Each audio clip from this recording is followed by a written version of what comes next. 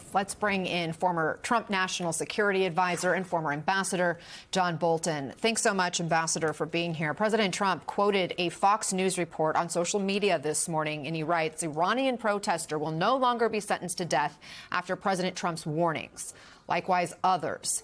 And he goes on to say, this is good news. Hopefully it will continue. Ambassador, while any life saved is a win, there are videos of machine guns being fired into crowds, apparently killing in mass. MS Now has not confirmed the authenticity of those videos. And we know there's no love lost between you and the president. You publicly broke with him. He has his DOJ now prosecuting you, but you were his former national security advisor. What do you make of the president's approach toward this situation in Iran? Well, I think it's evolving in a typically incoherent fashion. You know, the chronology doesn't support Trump's view here. He was saying a few days ago that Iranian patriots should keep protesting, take over your institutions, he said, when in fact the main killing was over the weekend and the protests had largely subsided because the people were scared to death to leave their homes for what they might face from the besieging militia and other agents of the Iranian government. We don't really know what the situation is. There are 31 provinces in Iran. Communication is not good. And in any event, who cares what the regime in Tehran says? They lie quite regularly, and it's just a mistake to say, well, they've said they're not killing anymore, so I guess things are all right. I don't know what the president's going to do. I think we're missing a real opportunity here to help the opposition overthrow this regime. That may not be Trump's objective, but it should be. How would the U.S. help the opposition overthrow the regime?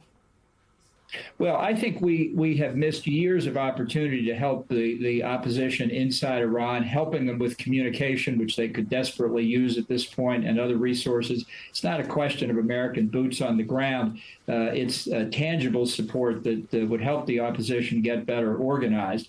Right now, I think that striking against the key elements of repression in Iran, the Revolutionary Guards, the besieging militia, as I mentioned, headquarters facilities, military bases, paramilitary bases, the Iran nuclear program, the ballistic missile production program, that would show to the regime and potential defectors within the regime that its days are numbered. And it would give the opposition the moral support I think they need in the face of this regime brutality to continue to protest, because we're not going to overthrow the regime for the Iranian people. They're going to have to be a significant part of it. I think the regime is in the weakest position it's been in since 1979, and if this latest effort by the people to get control of the government fails, we may have to wait quite some time before the next opportunity emerges. Let's turn to Venezuela. You've been critical of the president's approach so far, and he's set to meet with opposition leader Maria Corina Machado at the White House today. What would you want to see come out of that meeting?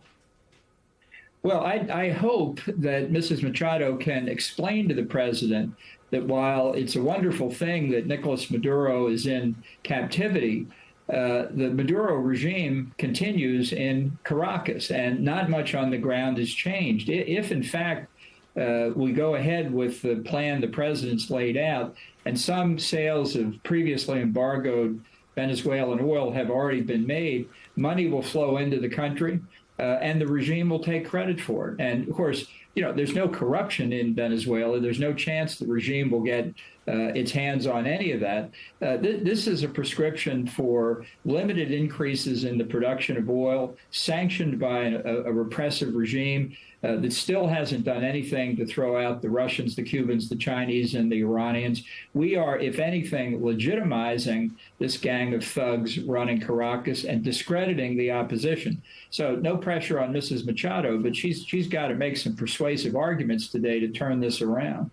Meantime, the president says he thinks the relationship's going great with the current acting president, Delcy Rodriguez, who's part of the Maduro regime. He is also saying that the American government will run the Venezuelan government for years, saying, quote, they wouldn't even know how to have an election right now. Where do you see this relationship in, say, a year from now?